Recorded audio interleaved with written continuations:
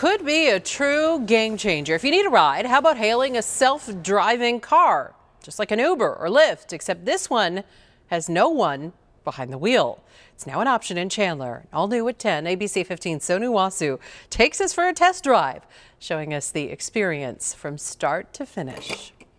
It starts with downloading the Waymo app on your cell phone. And to show you how it works, we got to go pick up some groceries. We met up with Waymo representative Liz Renninger in a Chandler neighborhood. Request car? $6.81 for a 10-minute drive to Costco. No tip required, as you can't really tip a robot.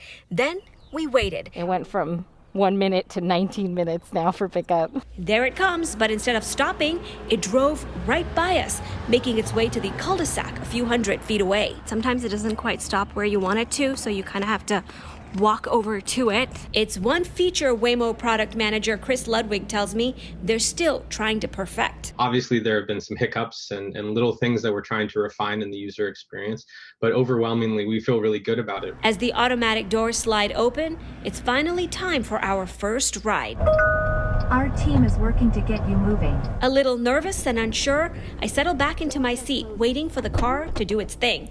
Here's a backseat view. The first thing I noticed was a partition blocking off the driver's seat with a warning telling you this area is off limits. So we had to ask, what happens if someone tries to take over the car? Can it be hijacked? If anyone were to try to interfere with the controls in our car, we can detect that and we can actually ensure that the car comes to a safe stop. So no one can actually cause the car to do anything that it wasn't planning to do already. Cybersecurity is something Waymo takes very seriously. As we drove through Chandler, I noticed the Waymo car was extremely polite and cautious, allowing other cars and pedestrians to get through first. COVID protocols remain. Once inside the car, you do have to wear your mask, even if you're the only rider in the car. Also, buckle up. The app warns you. You may experience unexpected hard brakes. Riders should wear their seatbelts at all times. So what about safety? It is a record Waymo officials are proud of.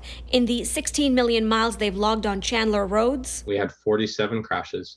And we believe that most of those were the responsibility of the other driver. Chandler accident reports ABC 15 has reviewed over the last few years confirm police ruled most crashes involving a Waymo vehicle were in fact the fault of a human driver. But despite the safety record, there are still some who are concerned about the impact the self-driving technology could have on jobs. Tyler Denton drives for Uber and Lyft. Yeah, it is a real concern because like you said, it is a way to make a few extra $100 a week on their schedule. There's a lot of single mothers out there that drive, to help support their family. Waymo officials say driverless technology will create a whole new industry with higher paying jobs in the Valley.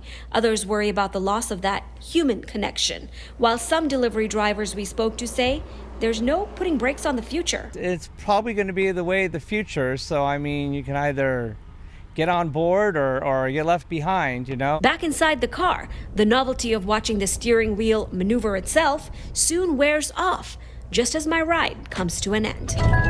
We've arrived. Since last October, the self-driving car has driven more than 100,000 passengers around Chandler. And right now, their coverage area is 50 square miles in the greater Chandler area. Sonu Wasu, ABC 15, Arizona.